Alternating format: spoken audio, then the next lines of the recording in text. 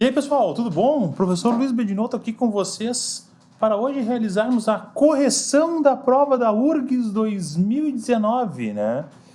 Para vocês que acompanham o nosso canal, vocês já devem ter visto que eu realizei um comentário geral do que foi a prova de física, né? Como ela estava, o nível da prova, né? As questões mais fáceis, as questões mais difíceis, e hoje eu vou corrigir ela com calma, detalhadamente, né? Questão por questão, ver por que a resposta, o gabarito foi dado com tal resposta. Enfim, toda uma análise que vai ser feita vai ser feito hoje, né? Mas primeiramente eu gostaria de divulgar nossos meios de comunicação, nossos canais, né? youtube.com/curso Vaga Certa. Todas as terças e quintas, às 15 horas, nós temos vídeos, né? Vídeos de dicas, ou que nem esse de hoje, de uma correção da prova de física de 2019 da URGS, né? Nos acompanhe lá, sempre videozinhos com uma dica para você para acertar as questões, né? Siga-nos no Instagram, onde nós também temos instagram.com/curso Vaga Certa, onde nós temos a parte de fotos, né, imagens com resumos que a gente divulga para vocês detalhadamente. Até nós divulgamos as respostas, né? O primeiro curso a divulgar o gabarito comentado da prova de física da URGS foi o curso Vaga Certa, né? Então, nos acompanhe lá, botamos nossos stories, né? Botamos no Facebook também, primeiro curso, a colocar o gabarito comentado, né? Não só as opções corretas, né? Porque de nada adianta, tem que mostrar o porquê que aquela opção A tá certa, a opção B tá certa. Vamos no curso Vaga Certa. Nosso facebook.com/curso Vaga Certa. Entre no nosso site, não deixe de entrar no nosso site, cursovagacerta.com, você acompanha lá. Tem bastante coisa interessante, você vai gostar. Temos nossos planos promocionais aí no curso Vaga Certa. Entre lá. E se você deseja esse slide ou deseja entrar em contato conosco, falar alguma crítica, sugestão, fica à vontade. contato@cursovagacerta.com ou mande um WhatsApp para nós, 999 29 70 45, código 51. Show de bola? Sem mais delongas, vamos lá. Questão 1 da prova da URGS. Aqui, ó, vocês podem ver que deste ladinho aqui, ó, coloquei o assunto da prova. Não vai aparecer eu hoje, meu rostinho. Por quê? Porque é mais importante o assunto, né, do que o meu rosto, nesse caso, né. Botei o assunto. MRU e MRUV foi questãozinha de gráfico que caiu na prova da URGS. Falava o seguinte, a questão: um automóvel viaja por uma estrada retilínea com velocidade constante a partir de um dado instante, considerando T0, T igual a zero. O automóvel sofre aceleração distintas em 3 intervalos consecutivos de tempo, conforme representa o gráfico. Ali, ó, tá o nosso gráfico mostrando que tem uma parte de baixo, parte de baixo aqui, depois tem a parte aqui do meio, depois a parte aqui de cima, 3 acelerações distintas. Correto. Assinale a alternativa que contém o gráfico que melhor representa o deslocamento do automóvel nos mesmos intervalos de tempo informado nos gráficos. 0,0 representa a origem do sistema de coordenadas. Vamos lá, vamos analisar. Olha esse caso aqui, este primeiro e este último caso. O que nós temos? Nessa parte aqui nós temos MRUV. Como é que tu sabe, Luiz, que a gente tem MRUV? Tem uma aceleração, ó. A aceleração é diferente de zero, negativa. A aceleração negativa. Nesse segundo caso aqui, ó, nós temos MRU. Por que tu sabe que a gente tem MRU? A aceleração é igual a zero, é a característica do MRU, né? Aceleração é igual a zero. Aceleração é igual a zero e velocidade constante, característica no nosso segundo caso, né? E por último nós temos MRUV, com aceleração positiva. Como é que sabe que a aceleração é positiva? Está acima aqui, ó, do zero. Aceleração positiva. Maravilha. Lembrando os conceitos, física é conceito. A prova da URGS é muito mais conceitual. Lembrando os conceitos de MRU. Olha os conceitos de MRU. Aceleração nula e velocidade sempre constante. Velocidade constante. Ou seja, assim o móvel vai percorrer distâncias iguais em intervalos de tempos iguais. Estava lá no nosso pré-prova, né? No pré-prova do curso Vaga Certa, estava lá eu mostrando para vocês essa relação, né? Então, percorre distâncias iguais em tempos iguais, né? Se isso percorre distâncias iguais em tempos iguais, é uma função de primeiro grau, isso vai ter que ser uma reta nessa parte que a gente está aqui, né? Uma reta nessa partezinha que está aqui. Já no MRV tem essa equação aqui, ó. D igual a DO mais VOT mais AT ao quadrado sobre 2, que nada mais é também, né? Que Y igual a AX quadrado mais BX mais C, né? Uma equação de segundo grau. Quando A for positivo, com cavidade voltada para cima. A negativo, com cavidade voltada para baixo. Equação de segundo grau. Vocês vê lá com o professor Veloso, né? Então tá. Analisando aqui, ó, cada um deles. Esse primeiro, vamos ver, ó. Tem que ser uma curva, né? Tem que ter uma curva aqui, ó. Tem que ser uma parábola, uma espécie de parábola. Tu já olhando aqui, ó, tu já pode matar logo de cara que a letra E não é. Por quê? Tá uma reta, né? Reta não pode ser. Letra E não é a resposta correta. Segundo caso, percorre distâncias iguais em intervalos de tempos iguais. Por exemplo, se em 1 segundo ele percorreu 2 metros, né? No segundo ele vai percorrer 2 metros. Distâncias iguais, intervalos de tempos iguais. Então tem que ser uma reta. Ó. Subiu aqui um pouquinho. 2. Depois no segundo mais 2. Vai aumentando, ó. Uma reta. Reta, reta. Esse caso não pode ser. Esse caso aqui, ó, da C, ele está parado, ó. Vai passando o tempo e a distância dele está igual, ó. Não acontece nada. Não pode ser a letra C. Não pode ser a letra B. Pode até ser a letra D. Bem, ficamos com essas duas opções, a A ou a D. Qual que eu vou marcar? Vamos analisar o seguinte. O primeiro caso aqui, ó, no intervalo 0 até começar o MRU, né? Ele tem concavidade voltada para baixo. Qual dos dois aqui vão ter concavidade voltada para baixo? Fala o seguinte, segue o gráfico, ó. Esse aqui, ó. Concorda comigo que se eu fizer ele aqui vai ficar com uma concavidade voltada para baixo? E esse aqui não, né? Esse aqui com cavidade voltada para cima, né? Esse está mostrando que a aceleração é positiva e esse está mostrando que a aceleração é negativa. Então já não pode ser. Nossa resposta é a letra A. Ah, professor, e se eu fizer aqui com o outro também, quando a aceleração for positiva, vai ser um gráfico desse estilo aqui, né? Sim, olha bem aqui, ó. Ó, se eu for continuar ele, ó, A positivo, né? Se eu for continuar esse aqui, ó, A negativo. Ele trocou. Não pode ser a letra D, só pode ser resposta letra A. Demais. Tranquilinho? É usual cair, primeira questão da prova da URGS, ser um gráfico envolvendo MRU ou MRUV, ou os dois, como foi o caso de agora. Maravilha, primeira questão resolvida. Vamos para a nossa segunda questão. Questão 2 da prova da URGS, questão que tratou sobre leis de Newton. O que dizia na questão? Na figura abaixo, duas forças de intensidade FA igual a 20 newtons e FB igual a 50 newtons são aplicadas respectivamente a dois blocos A e B, de mesma massa, os blocos iguaizinhos, que se encontram sobre uma superfície horizontal sem atrito. A força B forma um ângulo com a horizontal, sendo o seno desse ângulo 0,6 e o seno desse ângulo 0,8. Ele quer saber a razão entre AB, a aceleração do B sobre a aceleração do A, entre os modos da aceleração de AB e AA, adquirido pelos respectivos blocos B e A. Vamos analisar então. Vamos lembrar alguns conceitos das leis de Newton, né? Primeiro conceito, força resultante igual a massa vezes aceleração, segundo a lei de Newton, princípio da dinâmica. Diz o seguinte para nós: a aceleração tem que ter a mesma direção e o mesmo sentido da força.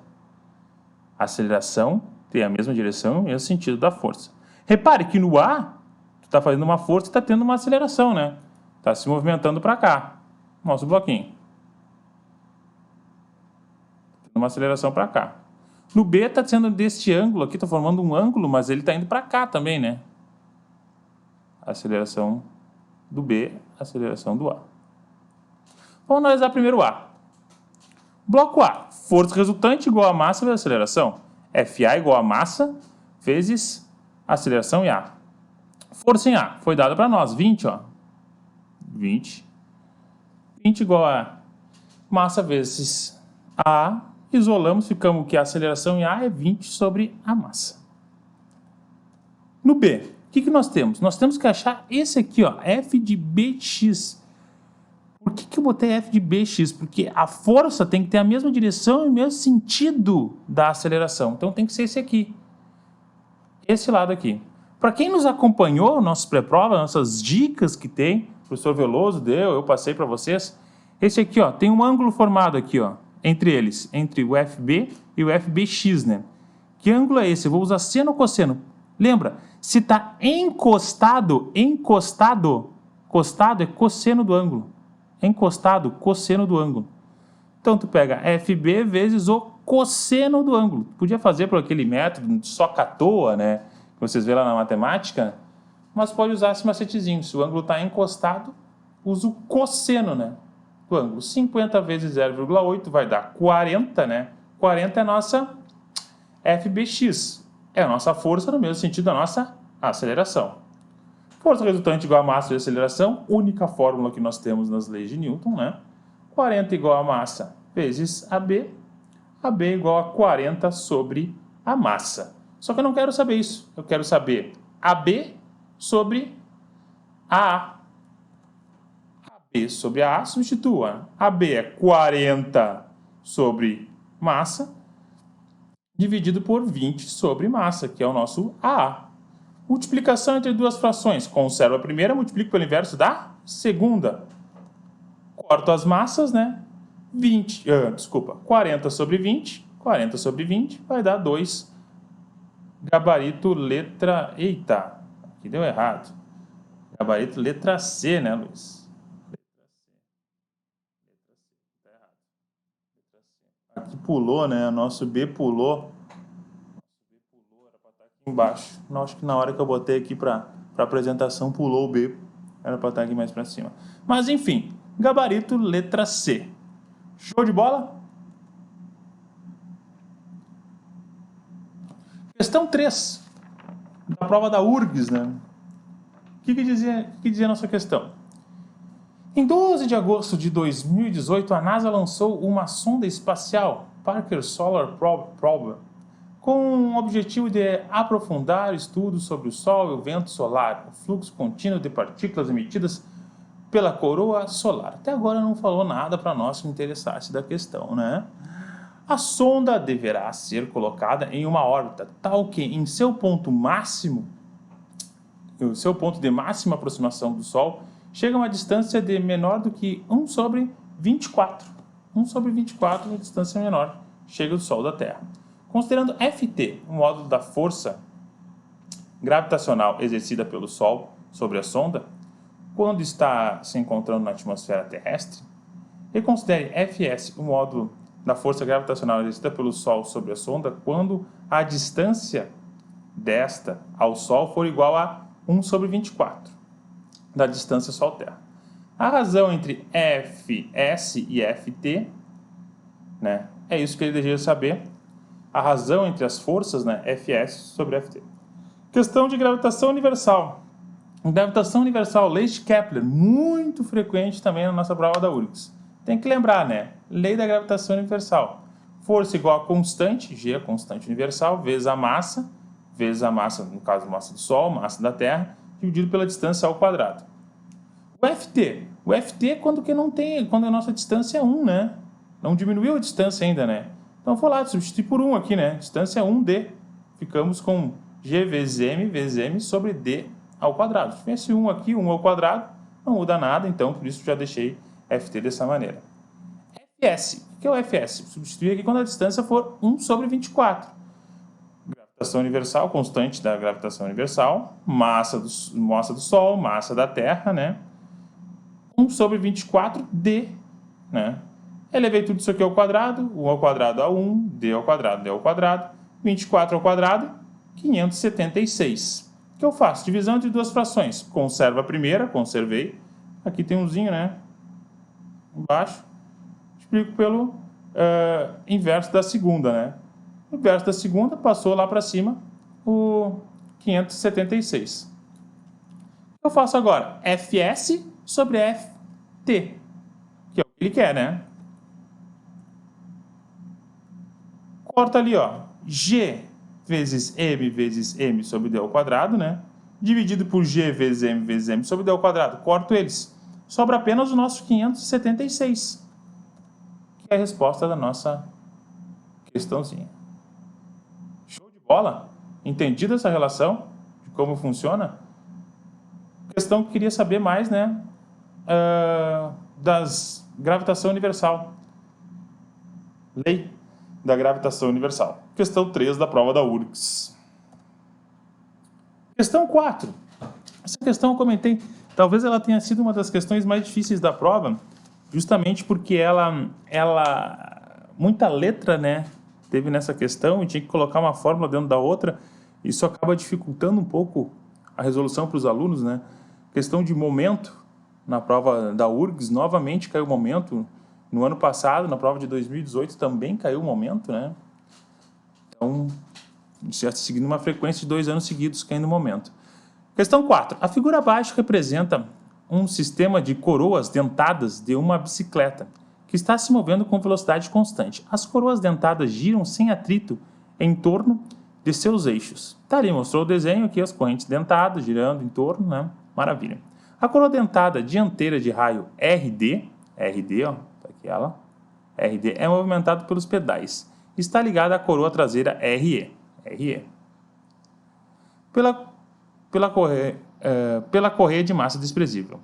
FP é a força aplicada pelo pedal, cujo comprimento é RP, a partir do centro da coroa. Nessa situação, o módulo do torque transmitido à roda traseira através da coroa de raio RE é... Primeira coisa, a gente tem que analisar primeiro essa parte aqui. Está vendo uma força que está sendo vindo para esta coroa aqui, ó. Esta coroa. Ou seja, o somatório dos momentos aqui, ó, tem que ser igual a zero. Nessa primeira parte aqui, ó. Primeira parte, o somatório dos momentos tem que ser igual a zero. Momento em T tem que ser igual ao momento em F. O que é momento? Força vezes distância. No nosso caso, força de T vezes a distância. Distância do quê? Nosso raio aqui, ó. FT vezes RD. Força vezes distância, né? Igual a força do P vezes a distância. Distância dele até o nosso centro, né? Onde está acontecendo a rotação, o torque, né? Isolo o FT. Isolei o FT, né? Que é negativo. Professor, por que aqui é negativo? Que está mudando aqui para nós, ó. Negativo, ó. Está dando que ele é negativo. Isolei ele.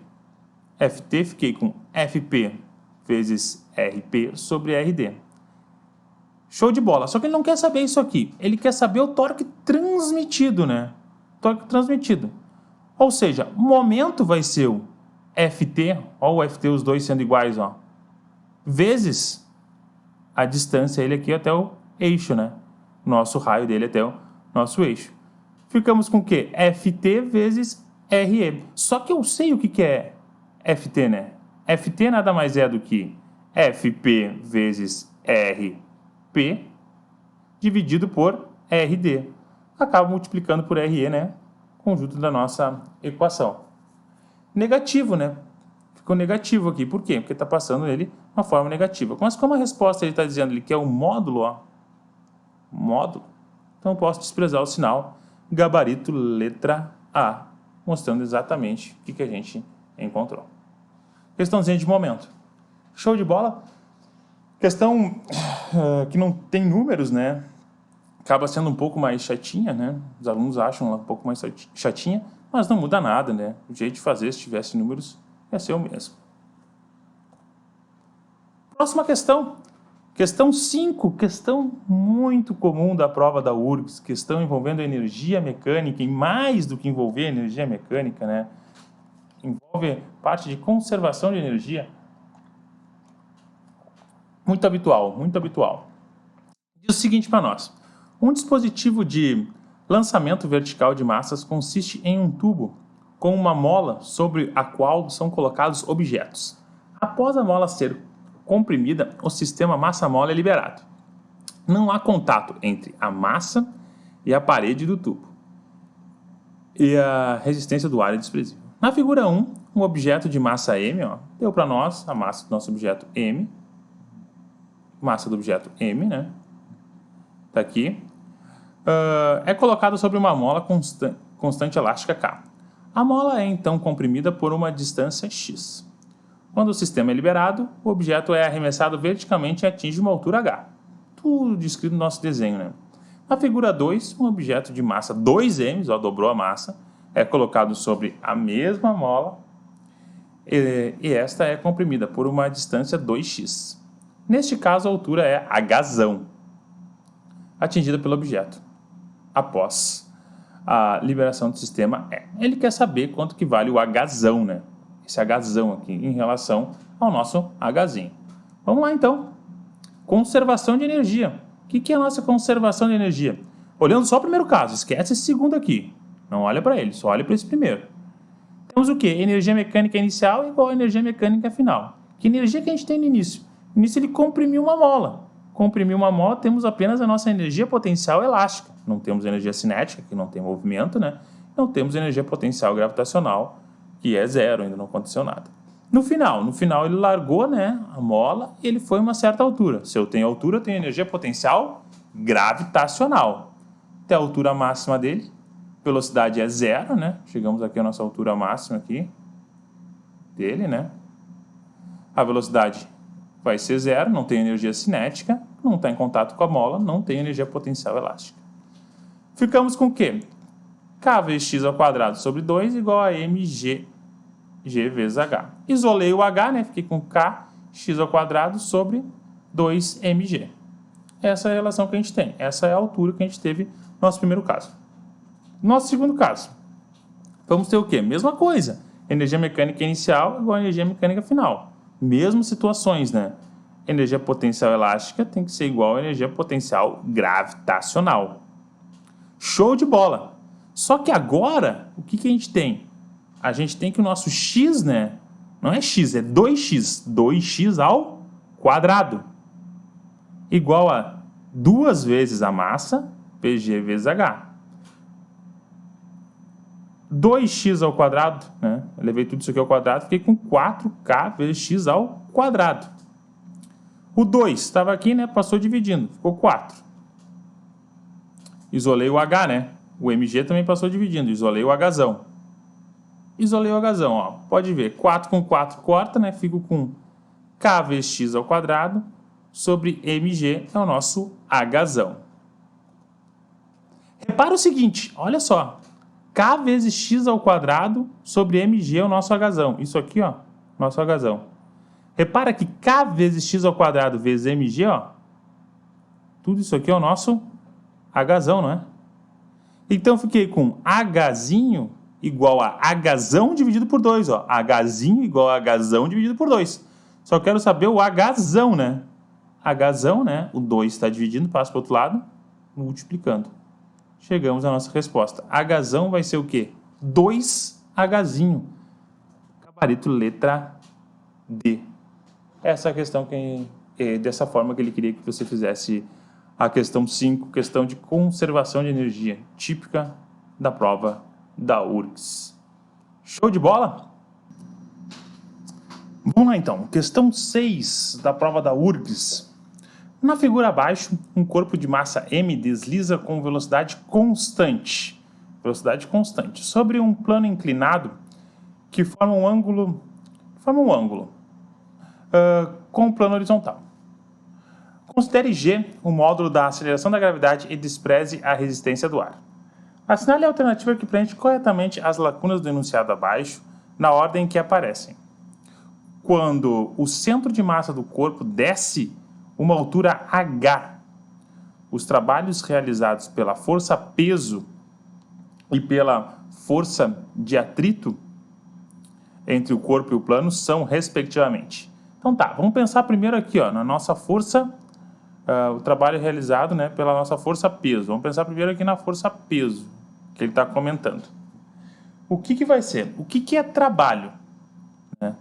Trabalho, né, é igual a variação de energia mecânica, que nesse nosso caso, né, só tem a altura dele, só tem a energia potencial gravitacional, não tem energia potencial elástica e não tem energia cinética, né? Vão ter somente a parte da energia potencial gravitacional. Por que eu sei que só vai ter energia potencial gravitacional, né? Porque ele quer somente dar força-peso.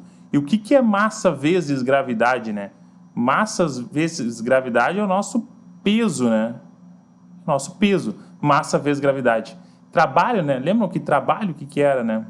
Trabalho era força vezes o deslocamento. O nosso trabalho aqui no caso, que força que é? Força-peso. Deslocamento, a nossa altura. Massa vezes gravidade, né? Força-peso é massa vezes gravidade vezes a nossa altura, que é o nosso deslocamento. Tá aí. Com isso aqui, você entendendo essa parte aqui, né?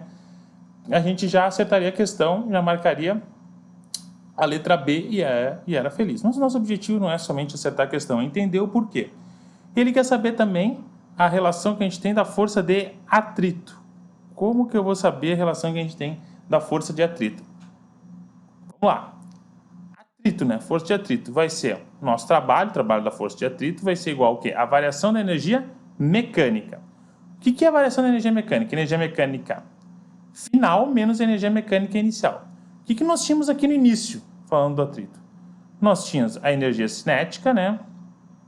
Está em movimento, velocidade constante, ele diz para nós, ó. Mais, né? A energia potencial gravitacional. E no final, temos o quê? No final ele chegou com uma velocidade. Velocidade é constante, temos energia cinética. Então, temos o quê? Energia mecânica final, somente energia cinética, né? Não temos mais altura. Menos, né? A energia cinética inicial, mais a energia potencial gravitacional inicial. Mudo os sinais de todos eles, né? Fico com energia cinética, menos energia potencial gravitacional. Aqui eu posso cortar. Ô, professor, por que eu posso eliminar isso aqui, né? Energia cinética menos energia cinética. Porque as velocidades são as mesmas. São constantes, né? As velocidades são as mesmas, então eu posso eliminar ele. O que é a energia cinética? Lembrando, né? Energia cinética é a massa vezes a velocidade ao quadrado dividido por 2. Velocidade é constante, a massa do bloco não muda. 2 é uma constante, então eu posso eliminar ambos, né? Fico com menos energia potencial gravitacional, menos mgh, gabarito letra B. De boa? Show de bola? Letra B. Próxima questão. Questão 7, da prova da URGS de 2019. Fala o que é para nós. Um bloco está suspenso por um fio de massa desprezível e apoiado sobre um plano inclinado P, conforme representa a figura abaixo. Não há atrito entre o bloco e o plano, nem entre o plano e a superfície horizontal. Não temos nada de atrito. O sistema está inicialmente em repouso. Está paradinho, em repouso, ali segurado por um fio. Assinale a alternativa que indica, respectivamente, através das setas, a trajetória seguida pelos centros de massa do corpo e do sistema bloco mais plano inclinado, quando o fio é cortado. Então tá. Questãozinha de aplicações das leis de Newton. O que a gente tem? A gente, primeira coisa, corta o fio. Há um corte do fio. A gente vai botar as forças que tem. Sempre quando cai uma questão desse tipo, coloque as forças que estão ocorrendo, né, nele. Temos a normal, né, sempre formando 90 graus com plano inclinado.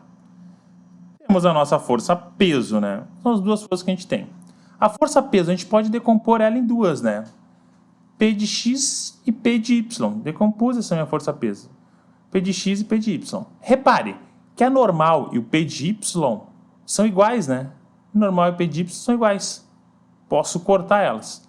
Normal e P de Y igual, só fica com a nossa P de X. Temos uma força P de X que está fazendo com que o nosso bloco desloque. Que é justamente a resposta da nossa questão, que ele quer aqui, ó. A trajetória é seguida pelo centro de massa do bloco. Centro de massa do bloco aqui. Ele segue uma trajetória para descida, inclinada, assim, ó. As únicas que podem ter isso aí é a D ou a E, né? As demais não tem essa relação. Justamente esse é o motivo porque o bloco desce, né? Porque tem uma força aqui atuando para ele descer. E do sistema bloco mais plano inclinado, né? Quando o fio é cortado. Bloco mais plano inclinado. O bloco e o plano inclinado. Temos o quê? Apenas a nossa força peso aqui, ó, atuando para baixo, ó. Nossa força peso atuando para baixo. Do bloco com o nosso plano inclinado. Puxando ele para baixo, né? Que é essa seta para baixo. Ou seja, gabarito da nossa questão é a letra E. Tranquilo? Decomposição de vetores. Sabendo a decomposição de vetores, tu acertaria essa questão tranquilamente. Aplicação das leis de Newton.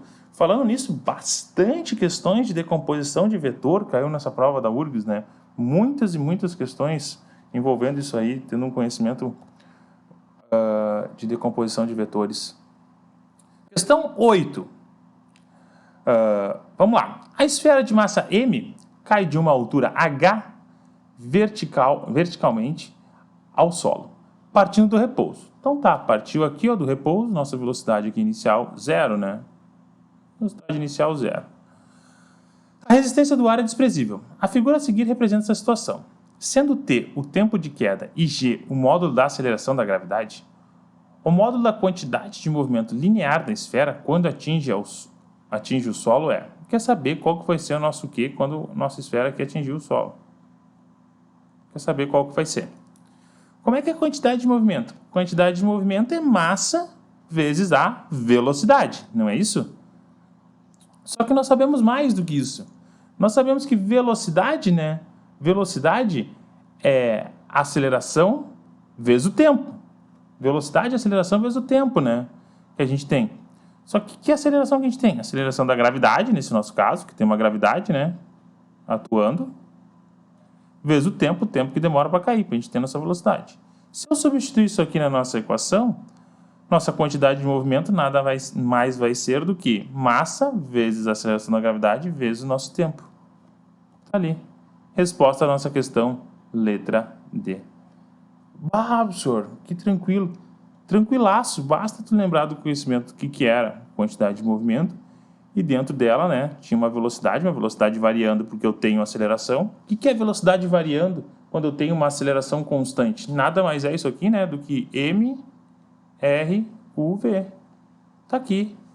Velocidade igual a aceleração vezes o tempo. Substitui um dentro do outro e responde a questão. Mais uma vez, mais uma questão que tinha que substituir uma equação dentro da outra. Muito típico da prova da URGS.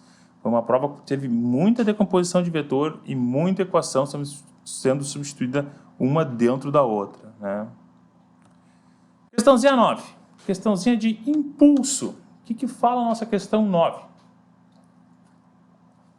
Impulso específico é uma medida da eficiência do uso de combustível por motores a jato para produzir o necessário impulso.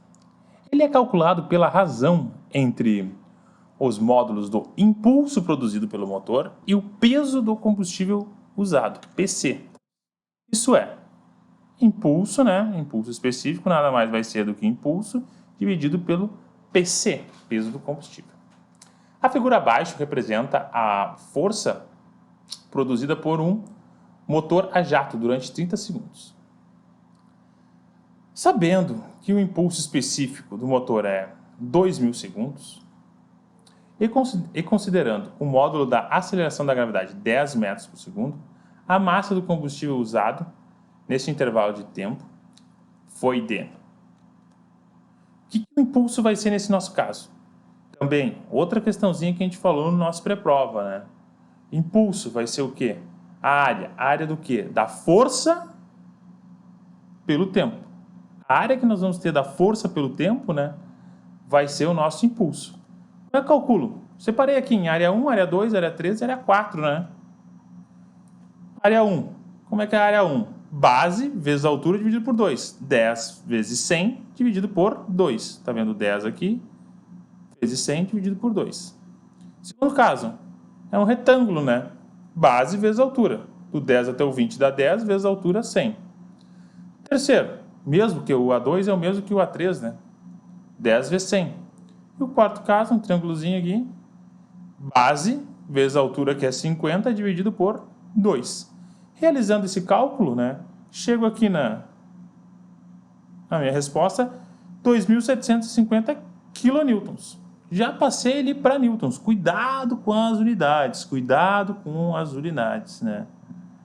Kilonewtons segundos. Desculpa, porque faltou kilonewtons segundos, né? Nosso impulso. Cuidado com as unidades, né?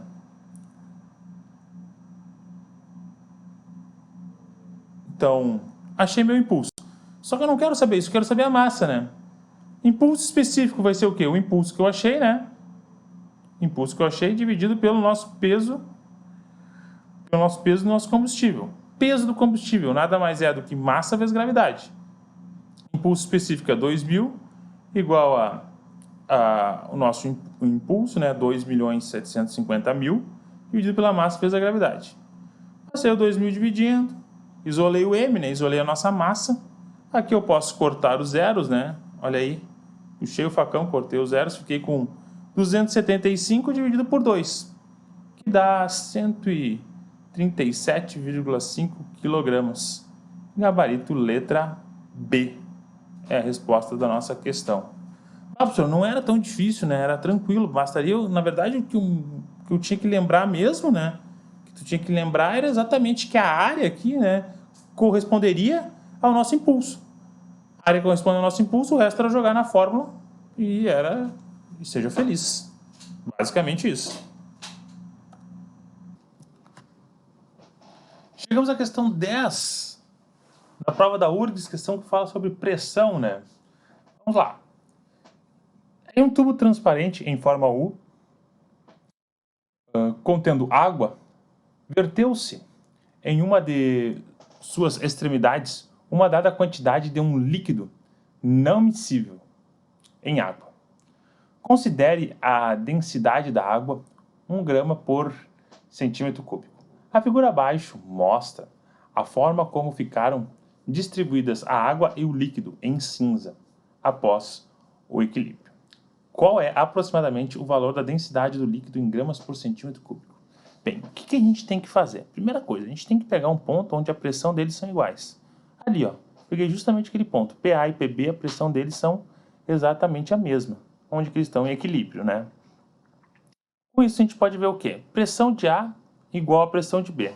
Como é que calcula a pressão? É a densidade vezes a gravidade vezes a altura do A, mais a pressão atmosférica. Ô, professor, por que mais a pressão atmosférica? Porque eles estão abertos, né? Isso vai ser igual a densidade do B vezes a gravidade vezes a altura do B mais a pressão atmosférica. Repare o seguinte, as pressões atmosféricas são as mesmas em ambos os lados. Ambas estão somando, uma vai passar subtraindo, eu posso cortar elas. E a gravidade, mesmo caso, né? Só que a gravidade está multiplicando, vou passar dividindo, posso eliminar a gravidade. Então, gravidade, posso cortar a gravidade com gravidade, pressão atmosférica com pressão atmosférica, ficamos com o quê? Densidade da água é 1, a altura é 6 centímetros, né? Tá ali. Como ele deu em gramas por centímetro cúbico, né? Maravilha, tá ali. Posso usar centímetros tranquilamente, então as unidades corretas. A altura em 9 centímetros, né? Bota ali 9 centímetros. Só isola a densidade do B. A densidade do B vai ser o quê? 6 sobre 9, que é a mesma coisa que 2/3, né? Que dá 0,66, ou aproximadamente 0,7, que é o gabarito da nossa questão. Show de bola?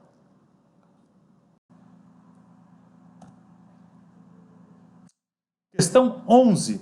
Essa questão 11 eu também comentei lá na nossa prova, nossa pré-prova, desculpa, que já caiu, né? Muito no Enem. Comentei também depois no nosso vídeo mostrando como foi a prova, né, e tal. É uma questão que já caiu muito no Enem, é muito habitual de cair no Enem, já caiu umas 3, 4 vezes. Então, quem já tivesse feito as provas do Enem conseguiria resolver essa questão tranquilamente. Uma questão também grande, né, bem típica do Enem, uma questão grande, né, caiu aqui na nossa prova da URGS. A telefonia celular utiliza radiação eletromagnética na faixa da radiofrequência. Diz ali a nossa radiofrequência para as comunicações. Embora não ionizantes, essas radiações ainda podem causar danos aos tecidos biológicos através do calor que elas transmitem. A taxa de absorção específica, né? Daí disse aqui o nome em inglês, mede a taxa na qual os tecidos biológicos absorvem energia quando expostos às RFs. E é medido por watts por quilograma. Watts por quilograma. Aqui, ó, primeira informação importante. Medido por watts por quilograma. Já vamos entender depois o porquê que isso é importante.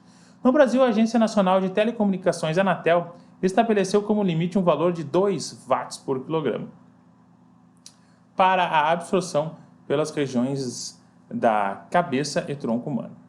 Os efeitos nos diferentes tecidos são medidos em laboratório.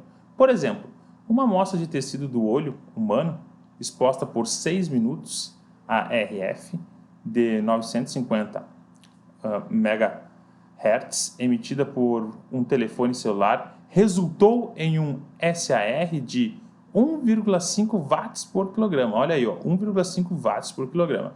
Considere o calor específico deste tecido de 3.600 joules por quilograma graus Celsius. Sua temperatura aumentou em... Bem, primeira coisa que a gente tem que fazer, o texto é grande e eu costumo dizer para os alunos, como se faz quando aparece algo desse jeito? Tem que coletar os dados que são relevantes. Tem muita coisa que não é relevante para nós, né? O que é relevante para a gente acertar essa questão? Saber o tempo, né, que ele tem, tempo de 6 minutos, que é igual a 3.600 segundos, passei para o sistema internacional. Quanto que absorve, né? O que está absorvendo no nosso caso, que é 1,5 watts por quilograma, né? E o nosso calor específico, né? 3.600 joules por quilograma graus Celsius. Eu quero saber a minha variação de temperatura. Bem, o que é? Potência. Potência nada mais é do que energia, né, sobre o tempo. Ou a quantidade de calor sobre o nosso tempo. Nada mais é do que energia, né? Nossa quantidade de calor. Bem, que tipo de calor que eu uso? Calor sensível ou calor latente? Tu vai usar o nosso calor sensível. Por que eu sei que eu vou usar o nosso calor sensível? Porque ele está falando de temperatura. Calor latente não tem temperatura, né? Show de bola. Vem aqui, substitui o tempo que é 3.600, né? Potência, eu não tenho potência, né? Mas eu tenho aqui, potência por massa, Passo a massa dividindo. Potência por massa eu tenho, tá aqui, watts por quilograma. Potência por massa, né? Que é 1,5. Nosso calor específico, 3.600, vezes nossa variação de temperatura. Olha que delícia, olha que maravilha. 3.600 dividido por 360. Dá pra gente cortar, né? Fica 10. 1,5 igual a 10 vezes ΔT. Passo 10 dividindo, né? Tenho que ele é 0,15. A variação de temperatura, gabarito, letra B. Conforme eu disse, já caiu umas 2, 3 vezes no Enem, assim, muito, muito, muito parecido esse tipo de questão. Show de bola, questão de potência, né? Potência nada mais é do que energia sobre tempo, né? Nesse caso, a nossa energia, né? É a energia que a gente estuda lá na termologia, né? Nossa quantidade de calor. Questãozinha 12 da prova da URGS, né? Questão sobre estudo dos gases. Falou para nós. Bem, vamos lá. Considere as afirmações abaixo sobre o comportamento térmico dos gases ideais. Sempre vai falar de gases ideais, né? Volumes iguais de gases diferentes na mesma temperatura inicial, quando aquecidos sob pressão constante, de modo a sofrer a mesma variação de temperatura, dilatam-se iguais. Isso é verdadeiro. Como é que eu sei que isso é verdadeiro, né? Pela nossa equação dos gases, né? A lei dos gases diz o quê? Pressão inicial vezes volume inicial sobre temperatura inicial é igual a pressão final vezes volume final sobre temperatura final. Nossa pressão nesse caso ela é constante, então posso ignorar. Volume, né? Aumenta o volume e aumenta a temperatura. Diminui o volume e diminui a temperatura. Relação diretamente proporcional. Dilatam-se, então, de forma iguais, né? Proporcional. Verdadeiro. Um é verdadeiro. Opa, mostrei a 2 aqui antes de ler, né? 2. Volumes iguais dos gases diferentes na mesma temperatura e pressão contêm o mesmo número de moléculas. Também é verdadeiro, pela lei de Clapeyron, né? O que diz a lei de Clapeyron? Pressão vezes volume é igual a N, que é o número de mols, R, que é a nossa constante dos gases, vezes a nossa temperatura. Repare o seguinte, tudo isso aqui é constante, né? Pressão, volume, temperatura, que são as únicas que variam. Constante dos gases, né? Já está dizendo, uma constante. Número de mol. Contém o mesmo número de mol. Sim, se eu tenho a mesma temperatura, tem a constante dos gases, que é o mesmo valor, né? volume, pressão, meu número de mol, obrigatoriamente, todos esses outros valores são iguais, né? Tem que ser constante, tem que ter o mesmo valor. Então, correto, afirmação 2. 3. Uma dada massa gasosa, quando mantida sob pressão constante, tem temperatura e volume diretamente proporcional. Essa 3 aí não precisava nem mostrar aqui para vocês, porque a gente já comentou na 2, né? Relação diretamente proporcional, né? Pela lei dos gases, né? Pressão inicial vezes volume inicial sobre temperatura inicial é igual a pressão final vezes volume final sobre temperatura final, né? Como a gente está falando de pressão constante, cai na mesma situação que a gente tinha aqui na 1, né? Relação diretamente proporcional. Aumenta o volume, aumenta a temperatura. Diminui o volume, diminui a temperatura. Mais uma questãozinha, né? Gabarito letra E. Mais uma questãozinha que a gente falou no pré-prova. Comentou sobre essa relação que a gente tinha do estudo dos gases, né? Show de bola? Maravilha? Questão 13 e 14 aí, né? Questão 13, né? Referem-se aí ao enunciado que a gente vai ler agora. Questão de trabalho. O que fala essa questão 13? Vamos lá. O enunciado a seguir refere-se à questão 13 e 14. Um gás ideal contido em um cilindro com pistão pode ser levado de um estado inicial I até um estado final F, seguindo dois processos distintos, 1 e 2, conforme ilustra a figura. Os trabalhos 1 e trabalho 2, realizado pelo gás no processo 1 e 2, valem respectivamente. Trabalho, né? Bastaria você lembrar o seguinte: o que eu teria que saber para acertar essa questão? Trabalho, pressão para volume. Se eu calculo a área, eu tenho meu trabalho. Olha nesse caso aqui, ó. A área 1 vai representar o quê? A área 1 vai representar o nosso trabalho 1, que é o que ele quer, ó. Trabalho 1, tá vindo aqui, ó. Toda a nossa área 1 aqui, ó, é o nosso trabalho.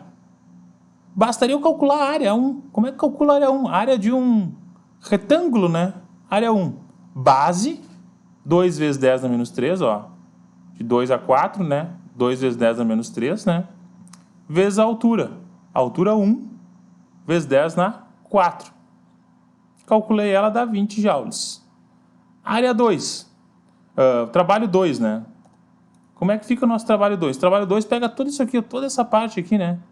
Pega a área 1 mais essa areazinha 2. Toda a partezinha aqui que a gente tem é o nosso trabalho 2. Área 1 mais área 2. Área 1 eu acabei de calcular, 20.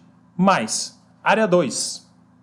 O que é área 2? Triângulo. Base vezes a altura dividido por 2. Nossa base, 2 vezes 10 na menos 3, vezes a altura. 10 na 4 dividido por 2. Corto ali, né? Fica 10, 20 mais 10, 30 joules. Acabou a questão. Esse é o método que deveria fazer físico para acertar a questão. Pá, professor, tem outro jeito de fazer? Eu vou dar um spoiler aqui para vocês, tá? Vou dar um spoiler. O professor Veloso, ele fez um vídeo, né? Comentando como acertar as questões, né? Muitas vezes sem a gente saber, tanto física, matemática ou biologia, né? Tem um jeitinho mais fácil da gente fazer. Para pensar. Olha só. Sem ter feito esses cálculos aqui. Área 1 e área 2. Vocês concordam? O trabalho 1 e o trabalho 2, né? Concordam que o trabalho 1 obrigatoriamente tem que ser menor que o trabalho 2, né? Porque o trabalho 2 pega uma área muito maior. Concorda comigo? Então, o trabalho 1 tem que ser menor do que o trabalho 2. A gente comprovou isso com cálculo, mas tu poderia ver isso só pelo nosso gráfico aqui, né? Se isso é verdade, ó. Se isso é verdade, que a gente consegue ver que isso é verdade, né? A B não pode ser a resposta, porque diz que são iguais. A D diz que o trabalho 1 é maior do que o trabalho 2. Olha o absurdo, não poderia ser. A E também fala isso. Também tem essa relação que ele fala. Ficamos, então, com a A ou com a C como resposta, né? Para a gente ter. Bem, vamos pensar o seguinte. Olha a área 1. A área 1 é maior do que a área 2. É o dobro da área 2, né? Olha, aqui tem... Ele pegou e dividiu esse nosso quadrado pela metade. Olha aqui. Isso aqui é metade, né? Do quadrado. Tanto isso é verdade, né? Porque aqui dá 10, ó. Metade do nosso quadrado. Então, com isso, tu já acertaria que o gabarito era a letra C. Ou na pior das hipóteses, né, já poderia chutar um pouco melhor, ou a A ou a C, né? Olha como tu conseguiria acertar a questão ou melhorar a tua situação dentro da questão, né, sem ter um conhecimento tão grande, tão aprofundado assim da física. O professor Veloso vai fazer um videozinho comentando várias questões, várias e várias questões que a gente poderia acertar assim. Eu já dei um spoiler aqui de uma, tem outras aí que a gente vai ver, já passou, mas só essa dica aí para vocês, para um futuro. Claro, quem já fez essa prova passou, né, evidentemente, mas quem vai fazer vestibular é uma dica boa aí para a gente ter esse raciocínio lógico. Show de bola? Próxima questão. Chegamos à questão 14, né? Lembrando, o enunciado é o mesmo que teve na questão 13, né? Valia para as duas questões, a 13 e a 14. Um gás ideal contido em um cilindro com um pistão pode ser levado de um estado inicial I até um estado final F, seguindo dois processos distintos, 1 e 2, conforme ilustra a figura. Questão 14. Assinale a alternativa que preenche corretamente as lacunas do enunciado abaixo na ordem em que aparecem. No processo 1, o gás sofreu duas transformações sucessivas, sendo a primeira e a segunda. Vamos ver, vamos analisar. Olha esse nosso primeiro caso aqui, ó, nosso gás. Parte 1 dele aqui. O que está acontecendo? Repare que a pressão está constante, ó. A pressão valendo sempre o mesmo, mesma coisa. Sempre a mesma relação. Como que é o nome, né, de quando que a pressão está constante? Pressão constante, né, tem o nome de isobárica. E repare o seguinte aqui, ó. O que está neste caso, nessa parte que ele segue, né, a parte 1? Tem o nosso volume constante. Volume constante, nessa nossa segunda parte aqui, ó. Volume constante. Volume constante. Isovolumétrica, isométrica ou isocórica. Tá ali, ó, isobárica ou isocórica. Maravilha. Sabendo isso aí, ó, tu já elimina a B, a C, né, e a E. Aqui já ficou com o gabarito sendo a D, né, mas vamos entender o porquê que o gabarito é D e não é a A, né. A variação da energia interna no processo 1, ΔU, é, né, variação da energia interna em relação ao processo 2, ΔH2. Então tá, vamos ver. O que acontece? Primeira parte, quando ela for isobárica aqui, o que eu faço? Voltou PVT, né? Relação dos gases que a gente tem. O que a gente sabe aqui, nessa primeira parte? Que era isobárica. Isobárica tem o quê? Pressão constante. Pressão constante, corta as pressões. Substitua os valores. Volume inicial, 2 vezes 10 a menos 3, né? Volume final, 4 vezes 10 a menos 3. Onde é que está tirando esses valores? Daqui, ó. Análise do gráfico. Temperatura inicial, temperatura final. Não sei. Se eu for fazer uma relação entre elas, né? Passo o 2 vezes 10 a menos 3. Posso até cortar ele já aqui, né? 2 dividindo, né? Ficamos T igual a 2 vezes T0. Relação que a gente tem de temperatura. Professor, por que você está achando a relação que a gente tem na temperatura? Já mostro por quê. Isocórica. O que nós sabemos da isocórica? Isocórica é volume constante, né? Vamos lá. Pressão inicial deles. Pressão inicial era 1, né? 10 na 4. Não vou escrever o 1, né? 10 na 4 apenas. Pressão final. 2 vezes 10 na 4. Mesma coisa, que eu posso cortar, né? Ficamos com T igual a 2T0. Repare, não houve variação de temperatura em nenhum dos dois casos, né? Não houve, em momento algum houve variação de temperatura, né? Elas se mantiveram, a relação delas aqui, né? Se manteve igual, né? T igual a 2T0, T igual a 2T0. Essa relação delas se manteve igual. Repare, ΔU é igual a 3 meios de NR vezes variação da temperatura. O que significa essa fórmula? 3 meios é uma constante. N é o nosso número de mols, né? R, o que é R? R é a constante dos gases. Tudo isso aqui, ó, é constante. O que depende única e exclusivamente do nosso ΔU. Depende da variação de temperatura. A variação de temperatura para ambos os casos foi a mesma. Ou seja, o ΔU delas é igual. Variou de forma igual, número de mols igual, constante do gás igual, 3 meios igual. Temos nosso ΔU igual. Por isso que o gabarito da questão é a letra D. Tranquilo? Questãozinha 14. Tinha que estudo dos gases, né? O povo votou PVT. Importantíssimo lembrar do povo votou PVT no estudo dos gases. Questão 15. Duas pequenas esferas idênticas contêm carga elétricas iguais. São colocadas no vértice de um perfil quadrado. Aqui, ó. Grande relação que está na nossa questão. Perfil quadrado que a gente tem. De madeira. Sem atrito, conforme representa a figura abaixo. Figura 1 abaixo. Essa figura aqui. As esferas são liberadas e, devido à repulsão elétrica, sobem pelas paredes do perfil e ficam em equilíbrio a uma altura h em relação à base, conforme representa a figura 2. Sendo P, Fe e N os módulos, respectivamente, do peso de uma esfera, da força de repulsão elétrica entre elas e da força normal entre uma esfera e a parede do perfil, a condição de equilíbrio ocorre quando? Bem, o que a gente vai fazer? A gente tem que fazer. Temos que escrever os vetores, né? Sempre que apareceu esses nossos vetorizinhos, peso, força elétrica normal, escreve ele. Escreve aqui, ó, normal, formando 90 graus com a nossa superfície. Peso para baixo aqui, né? Apontando para baixo. Força elétrica, né? Como é uma repulsão, tem uma força elétrica de repulsão para cá também, né? Beleza, maravilha. Repulsão de ambos. Peguei somente essa esfera para escrever, né? Essa questão que a gente tem. Normal, formando 90 graus, força de repulsão e a força-peso que a gente tem. Só que veja bem, eu vou decompor essa força normal, né? Decompus ela em N de X e N de Y. O grande segredo da questão está aqui, ó. Que ele diz que é um perfil quadrado. Se é um perfil quadrado, aqui tem um ângulo.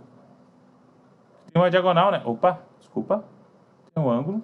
Aqui tem um ângulo. Esse ângulo vale quanto?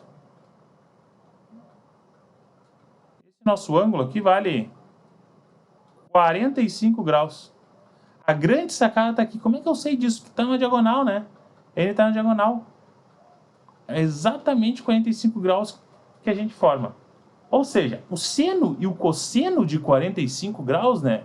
É raiz de 2 sobre 2. Então, a nossa n de y vai ser o quê? N vezes raiz de 2 sobre 2. E a nossa n de y vai ser o quê? N vezes raiz de 2 sobre 2. Ambas são iguais. Vocês concordam comigo? Bem, e eu quero que elas estejam em equilíbrio. Para estar em equilíbrio, a força resultante delas tem que ser nula. Ou seja, a N de X tem que ser igual ao Fe, a N de Y tem que ser igual ao força-peso. E daí a gente vai ter o nosso equilíbrio. Só que repare, esses dois valores são iguais. Obrigatoriamente, Fe e a força-peso tem que ser igual. Por que eles têm que ser igual? Tem que ter o mesmo valor, né? Para eles poderem se anular. Fe e força-peso tem que ser igual. Por isso que o gabarito da nossa questão é a letra A, para eles estarem em equilíbrio paradinho. Show de bola? Entendido? Foi uma questão muito bem elaborada, muito bem feita. Uma questão no nível, posso dizer, mais difícil também. Uma das melhores questões da prova, assim, no nível que exigia bastante, assim, né? Toda essa relação envolvia eletrostática, com outras relações. Muito boa questão. Show de bola? Vamos para a próxima. Questão dia 16 da prova da URGS 2019. Vamos lá. Na figura abaixo está representada em corte um sistema de 3 cargas elétricas com seu respectivo conjunto de superfícies equipotenciais. Maravilha. Assinale a alternativa que preenche corretamente as lacunas do enunciado abaixo na ordem em que aparece. A partir do traçado das equipotenciais, pode-se afirmar que as cargas 1 e 2, 1 e 3, 2 e 3, enfim, tem sinais iguais ou opostos, né? E que os módulos das cargas são tais que... Bem, ele quer saber... Vamos começar pelo fim, né? Vamos começar por essa parte final. Qual que é a carga, as cargas que vão ter maior valor, né? Se é a 1, a 2 ou a 3.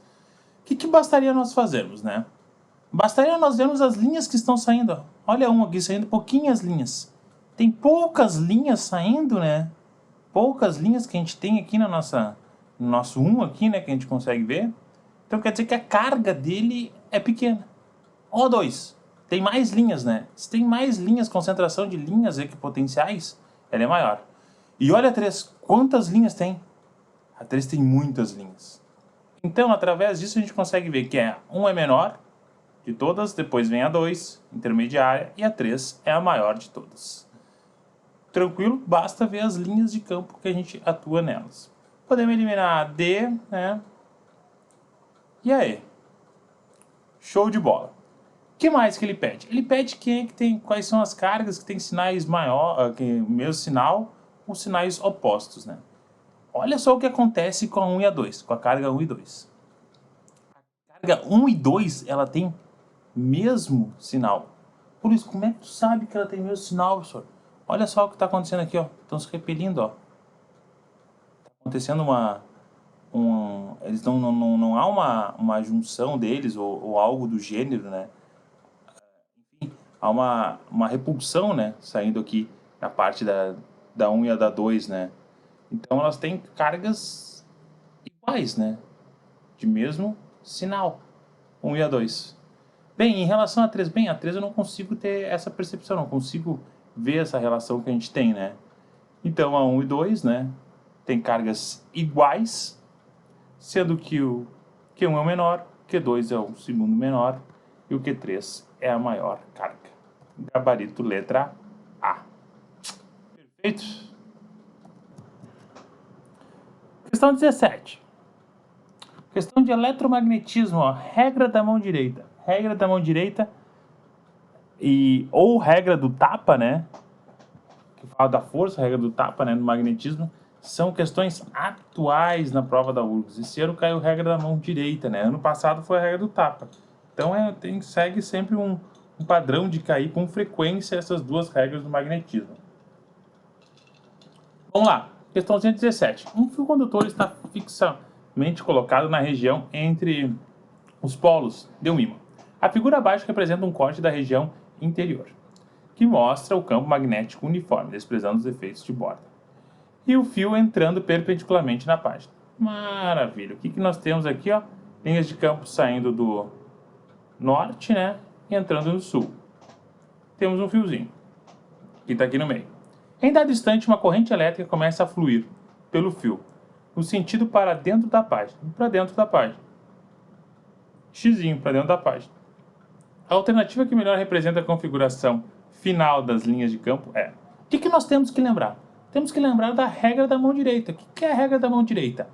O nosso dedão, né? Aqui, ó, nosso dedão é o I, a nossa corrente, e os demais dedos é o nosso campo magnético. Show de bola! E tu aponta o teu I entrando para a página, né? Entrando para dentro da folha, no dedão. E a gente sempre vai ter nossas linhas de campo, né? Sempre sendo fechadas. De que maneira? Dedão entrando, os demais dedos vai estar girando. Vai ter algo assim, ó. Em relação a esse sentido. Está lá, olha as alternativas, qual que é a única que está tendo esse sentido acontecendo, né? É a letra B. Olha o que está acontecendo na letra B. Tendo toda essa volta perfeita. Show de bola?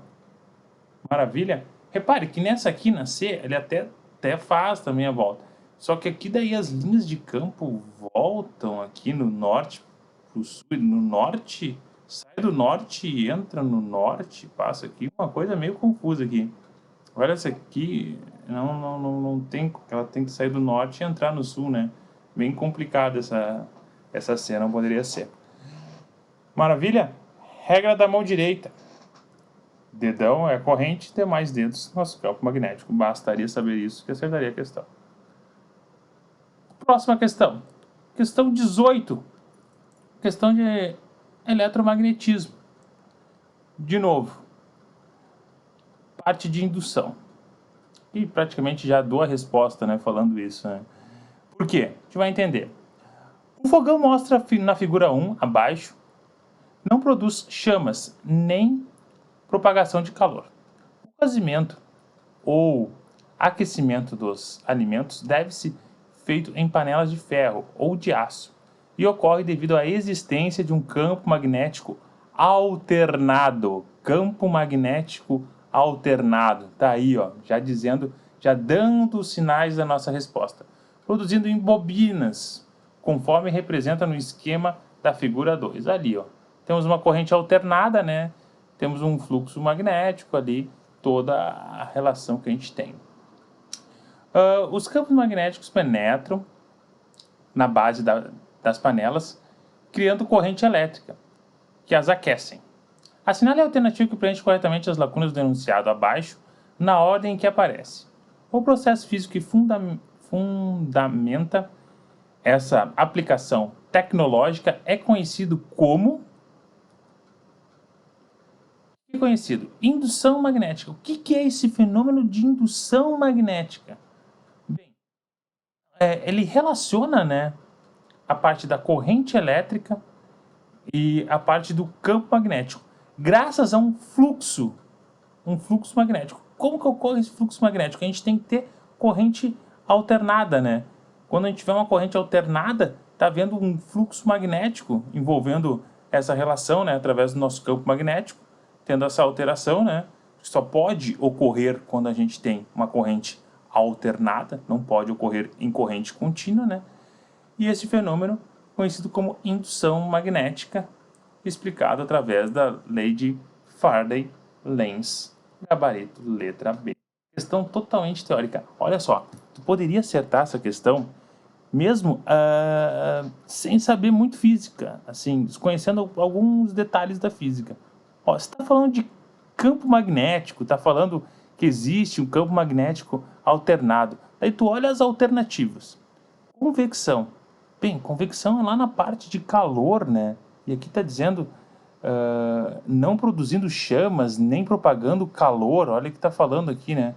Convecção não pode ser. Radiação também. Radiação também é lá na parte de calor que a gente vê, né? Não poderia ser. Daí tu fica só com indução. Indução magnética, ó, tá falando de magnetismo, indução magnética, tem lógica, né? E Ampère, lei de Ampère, para a relação que a gente vai ter de indução, né? Não teria lógica, só poderia ser de Faraday-Lenz. Uma dica aí de poder acertar a questão aí só sabendo, não tendo um conhecimento assim gigantesco do que é indução mesmo, né? Só pelas alternativas poderia matar essa questão 18. Praga-se no ar e é uma sucessão de compressões e rarefações da densidade do ar.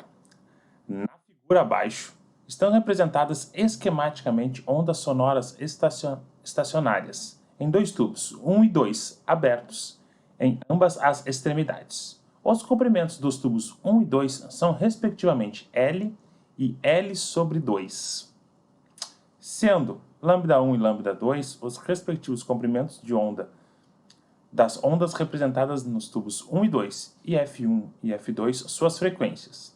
As razões entre os comprimentos de ondas λ1 sobre λ2 e as frequências F1 dividido por F2 são nesta ordem.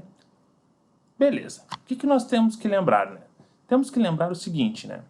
No tubo 1, nós temos um comprimento, né? O comprimento é o lambda sobre 2. Tá ali, ó. Dá pra gente perceber aqui. O comprimento é o lambda sobre 2, né? Ficamos então que o nosso lambda, nosso comprimento de onda, é 2L. Show de bola? No tubo 2, nós temos L sobre 2, que é igual ao comprimento de onda sobre 2. Ou seja, corto os 2 com 2 ali, né? Fico com L igual ao lambda 2 no nosso tubo 2. O que ele quer saber? Ele quer saber o comprimento de onda 1 dividido pelo comprimento de onda 2, né? Ou seja, o que é o comprimento de onda 1? O comprimento de onda 1 a gente descobriu, né? Descobriu qual que é o comprimento de onda 1, né? Ele nada mais é do que 2L. Comprimento de onda 2 é L, né? Corta L com L, sobra 2, que é a nossa resposta do nosso comprimento de onda. Maravilha!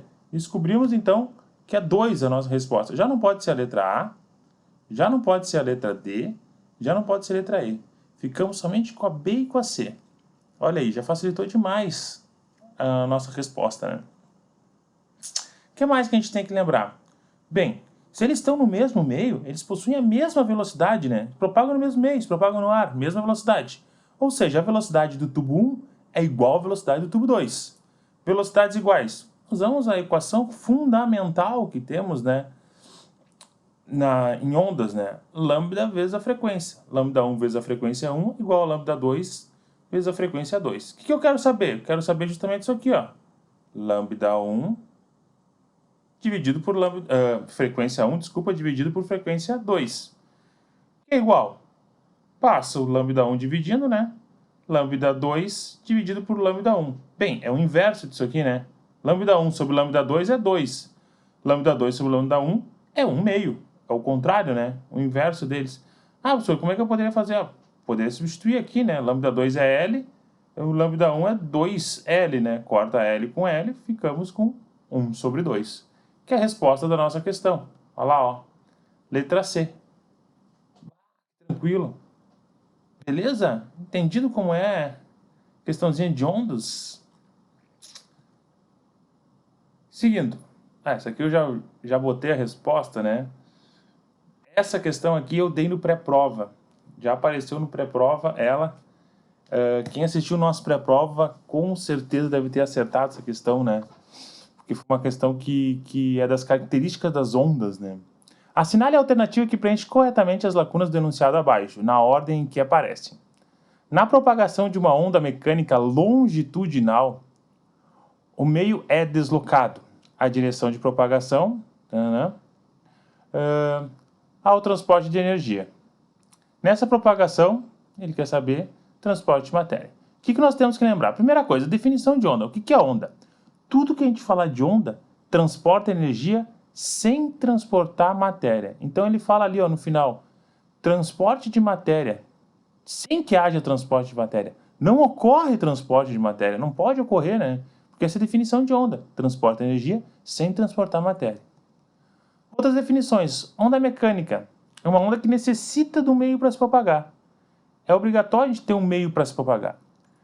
E, por exemplo, as ondas sonoras, de corda, todos esses slides que eu botei aqui, essa parte que eu botei agora, né, da apresentação, estava lá no nosso pré-prova, né. Ondas longitudinais oscilam na mesma direção que se propagam, ou seja, oscilam e se propagam na mesma direção, né. Oscilam e se propagam paralelamente, que nem está aí na opção C.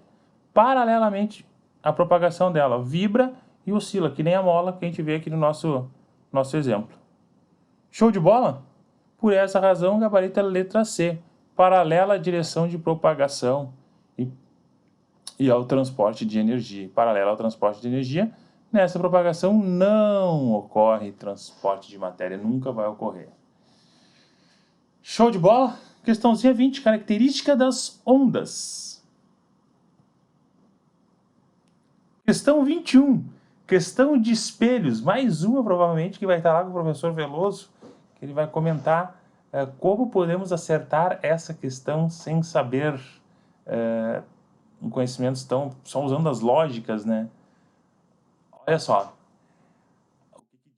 Na figura abaixo, né, O representa o objeto pontual, luminoso, E representa um espelho plano e X um observador. A imagem O está corretamente posicionada no ponto. Bem, vamos lembrar o que é espelhos planos. Ó, característica do espelho plano. Olha o espelho plano. Forma imagem direta, ó, não é de cabeça para baixo. Ou seja, está sempre na mesma posição do objeto. Ó.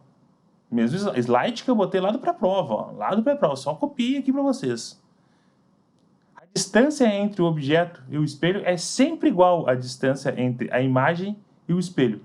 Essa distância que eles têm aqui, ó, sempre tem que ser igual. Acabou a tua questão. Não precisava nem botar os raios. Olha aqui a distância, ó. Aqui tem uma distância. 1, 2, 3, ó. Uma distância que a gente tinha. Aqui, 1, 2, 3. Distâncias iguais. Não é isso? Sempre tem que ter a mesma distância. Resposta à nossa questão, 1. Só poderia ser 1. Depois ele dizendo aqui a altura, né? Sempre igual do objeto e tal. A imagem. Forma sempre imagem virtual. Mas aqui, ó, soubesse isso aqui, ó, não precisava nem escrever os raios. Ah, professor, eu quero escrever os raios para ver. Vamos lá, então. O que nós temos, ó? Peguei o raio, que passa aqui no 1, né? Dá para ver que ele está dentro do X, que é o nosso plano de observador. Ele vai bater e vai vir aqui no O. Está dentro dessa margem aqui. Poderia fazer ele reto aqui também, batendo no 1, né? Poderia fazer ele dessa forma, não tem problema nenhum. Ele ia bater, ia vir aqui lá pro O, sem problema nenhum. Poderia ser feito assim também. E aqui ele bate na ponta do espelho, reflete, né? Reflexão. Sempre o ângulo de incidência, os ângulos aqui, ó, sendo iguais, né? O que a gente tem. Ângulos iguais batendo, né? Continuação dos raios, encontro de dois raios forma imagem.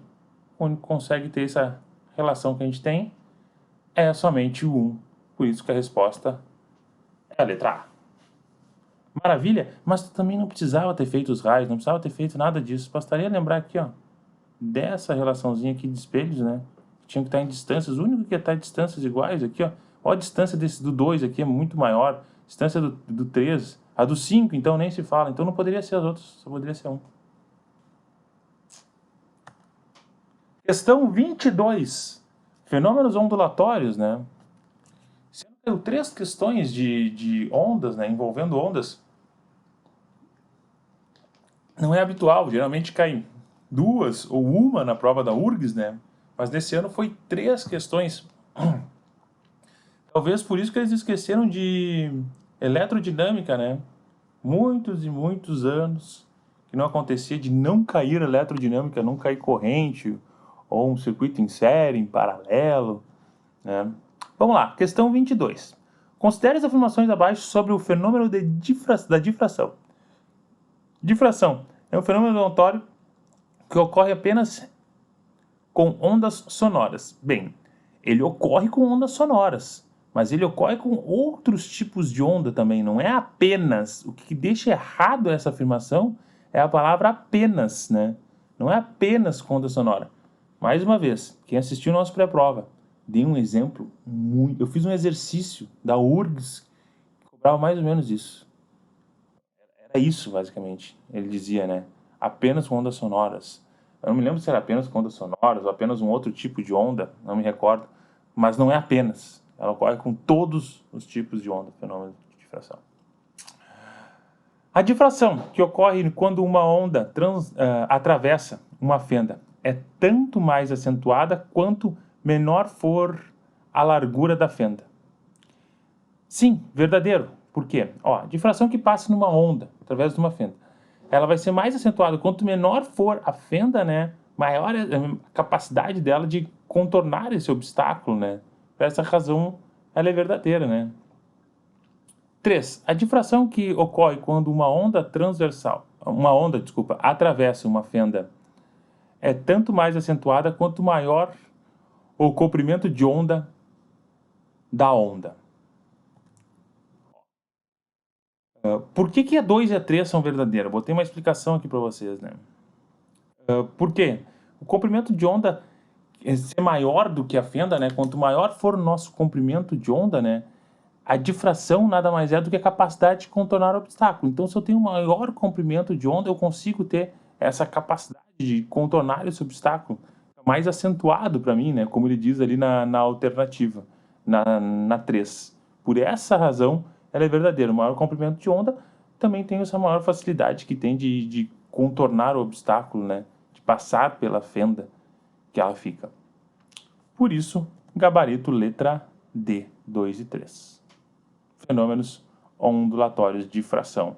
Também é bem comum, né, aparecer fenômenos ondulatórios na prova da URGS.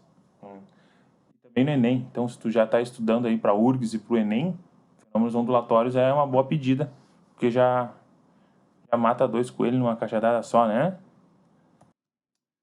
Questão 23 da prova da URGS, né? Física moderna, falando de energia, né, nossa questão. Diz o seguinte: um átomo instável perde energia emitindo alguma forma de radiação.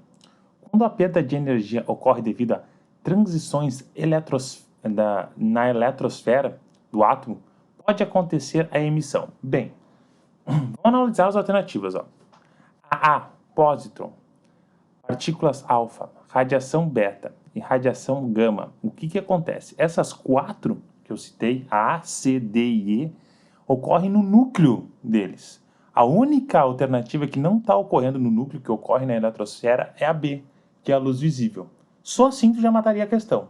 Já acertaria ela sabendo que a A, C, D e E são fenômenos que ocorrem no núcleo do nosso átomo, né? Beleza. Outra relação que a gente poderia saber dela, né? Tá aqui, ó, explicação para vocês aí também, né? Que a gente poderia lembrar é o seguinte: temos aqui o nosso núcleo, né? Temos a eletrosfera. Eletrosfera, o nosso nucleinho. E tem um elétron que está aqui. Ele sai dessa posição e vai até uma outra posição. Toda vez que isso acontece, ele absorve energia. Depois ele vai voltar ao seu estado fundamental, emitindo energia, né? Liberando energia. Toda vez que ele vai liberando essa energia, isso transforma em luz visível. É isso basicamente que ele está dizendo para nós. Professor, quando é que esse fenômeno ocorre? Eu não consigo ver. Você que já foi em festas, né? Esse foi um exemplo até que eu acho que eu coloquei no meu pré-próprio. Foi em festas. Já viu que no meio das festas, assim, ganha umas pulseiras, né? Que elas ficam brilhosas, iluminando, né?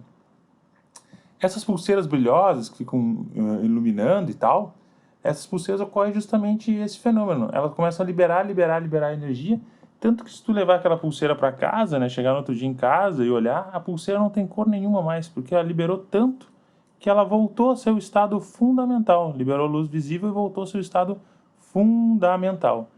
Que daí não tem a liberação de energia, não tem nenhuma cor aparecendo, né? Por essa razão, a gente tem a resposta é luz visível. Poderia ser feito através dessas duas maneiras, né? Questão 23 da prova da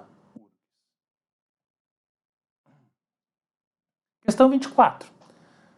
Vamos lá. Parte de atomística caiu. Broglie. Foi a questão 24, um assunto que ele tratava, né? Vamos lá. Leia o enunciado abaixo sobre as órbitas eletrônicas. As órbitas eletrônicas em torno dos núcleos atômicos devem conter um número inteiro n de comprimento de ondas de Broglie do elétron. Considere as seguintes afirmações sobre o enunciado. Então tá. 1. Né? Ele evidencia o comportamento onda-partícula do elétron. Exatamente, né? A 1 é verdadeira. Através da equação dele, né, de Broglie, a gente consegue ver que tem esse comportamento de onda-partícula. Tanto ela pode se comportar como onda ou se comportar como partícula, né? Ondas são fenômenos ondulatórios, de fração, interferência, né, que a luz pode se comportar. Partículas, né, que ela pode ter capacidade de ter fótons nela, né. Então pode se comportar tanto como onda partícula, verdadeiro. Segundo, ele assegura que as órbitas eletrônicas são sempre circunferências. Broglie não disse isso. Quem disse isso foi Bohr, né? Bohr que afirmava que era sempre circular, circunferências perfeitas, né? Por essa razão, a gente diz que a 2 é falso, não é verdadeiro essa relação que a gente tem. 3. Ele define o número n, o número quântico n, que identifica a órbita ocupada pelo elétron. Verdade, esse número n diz aonde que ele está ocupando, né? Esse n é um número qualquer, né? Da onde que está ocupando, aonde que ocupa o elétron está dentro da sua parte da órbita, dentro da, podemos dizer assim, da eletrosfera, da parte em volta dele, né? verdadeiro. 1 e 3, verdadeiro. Gabarito letra C.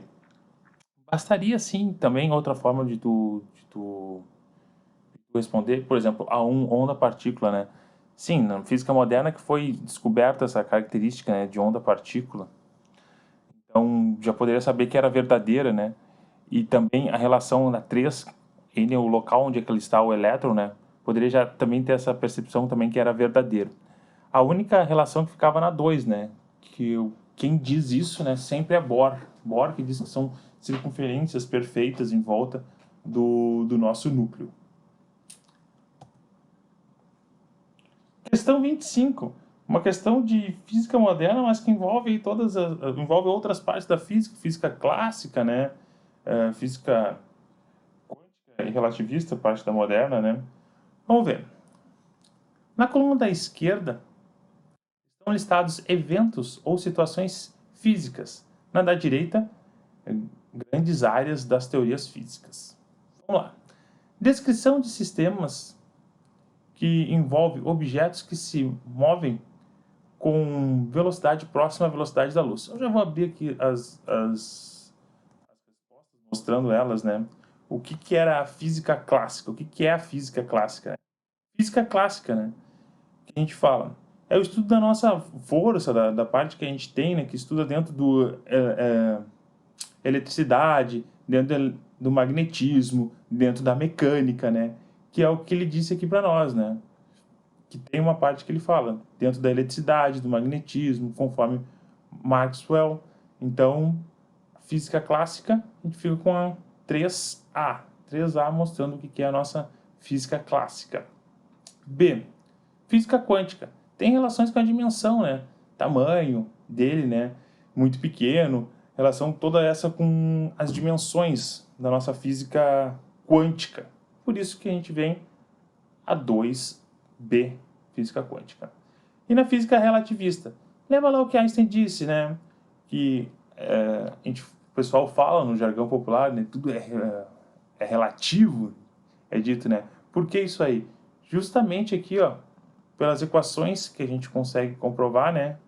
Que a velocidade, ó, C é a velocidade da luz ao quadrado, V, velocidade muito próximas à velocidade da luz, que ele fala, né? Tem uma dilatação do tempo e a contração do nosso comprimento. Por isso que diz que é relativo, né? Nosso tempo é relativo. Por essa razão, 1 é C, gabarito da nossa questão, letra E. Maravilha? Não era uma questão das mais complicadas, até porque tu poderia ir matando ela, lembrando de uma ou outra, não precisava saber de todas, né? Sabia aqui, ó, física clássica, lembrava lá da eletricidade do magnetismo, né? 3A, tu já aqui, já ficaria ou com a C ou com a E, né? Olha aí, que já dava uma ajuda grande.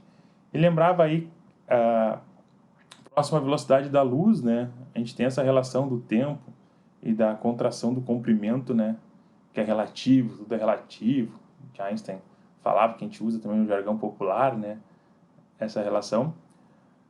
Tu mataria a questão, já acertaria ela somente com isso aí. Não precisava. Tu vê quantas coisas que a gente comentou aqui no nosso pré-prova que tu, usando o bom senso, né, a lógica, tu conseguiria acertar elas assim, sem nem ter tanto o conhecimento físico tão grande, né? Mas por eliminação, eliminando as alternativas, é uma boa forma de a gente resolver a prova da URGS e acertar o máximo de questões possíveis. Beleza, pessoal? Vou ficando por aqui. Agradeço vocês aí pela atenção. Espero que tenham gostado da resolução da prova aí. Qualquer dúvida eu fico à disposição. Tá aqui nossas redes sociais. Não esqueçam, né? Todas as terças e quintas aqui no nosso canal no YouTube, videozinho, né?